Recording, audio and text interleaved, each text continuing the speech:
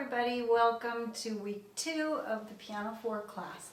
Today we're going to be talking a lot about different technique that I want you to be using in your warm-up exercises, and also we're going to be talking about how to practice. So there is a YouTube video that I've put in your assignments, and it shows you a more effective way of practicing. Most people practice the piano by starting at the beginning and going all the way through each day. So that means the beginning of your repertoire is always sounding really good and the end part not so much. So this YouTube video that you're going to watch tells a better way to practice. And it's by taking smaller units and getting each of those units perfected, and then gradually putting all those units together. So for example, if you have a 2-bar phrase that you're working on, instead of ending just in that little 2 bars, please end the 2 bars and 1 beat past the 2 bars.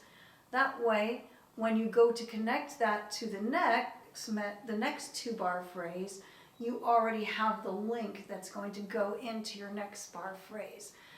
That's something that's really not covered in this video that you're going to watch, but when you break up your music into segments, I would like you to go at least 1 beat more than the segments, so when we try to put things together, you don't have pauses there. That's the option, to not have stops. Alright, so make sure you watch that video. Now I'm going to show you some technical exercises that I am assigning you this week that are not in the Brown book. And the first one is in your 5-finger patterns, but using thirds. So I have my C 5-finger pattern. So I'm going to use fingers that are thirds apart. I'll be using 3-5, 4-2, 1-3, 2-4, 3-5. So I'm like 3-5, 4-2, 1-3, then going back out like that. So it's going to sound like this.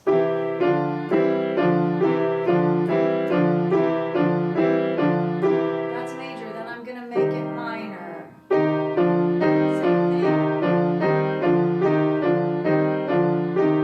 I'm going to make it diminished. I lower my top finger.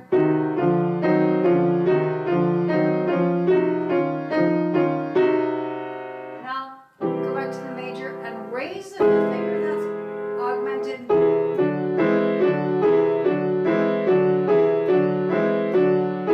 So I'm practicing all the different types of triads: major, minor, diminished, and augmented. So the whole thing will sound like this. Watch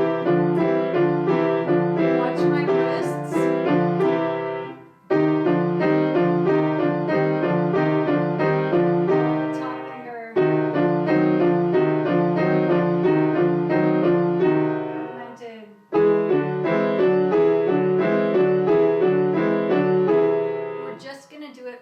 C position.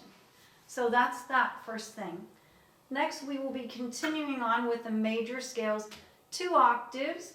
I'm adding 2 new keys to the full pattern scales, so that now you're doing C, G, and D full pattern plus A and E.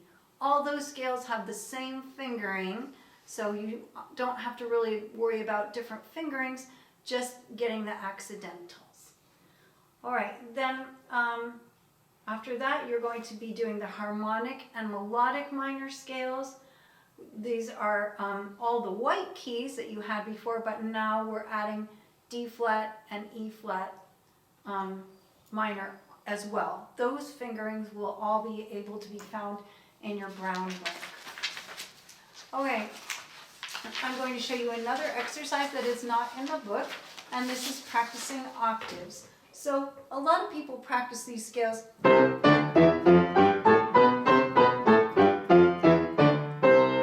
just playing the scales with all the notes an octave apart. Notice I'm just really using my arm weight to pull my octave. So flopping.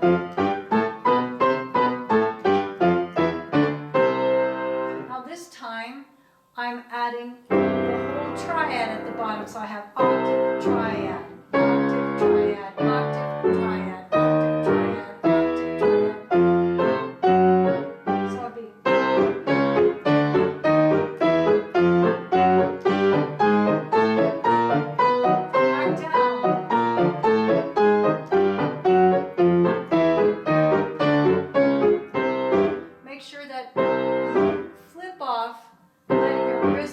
improvise after you play the triad part there. All right, so we'll do that slowly for this week. You're going to continue on with the different kind of arpeggios, major, minor, and also the dominant seventh arpeggios. Those are in your brown book. And I want to talk a little bit about the different kinds of seventh chords. We're not using them with inversions, but we have the major chord. If you add a major chord on top of that, you have the major seventh. If you have the major chord with a minor third on the top, you have your dominant seventh. If you have a minor chord with a minor third, that's a half diminished.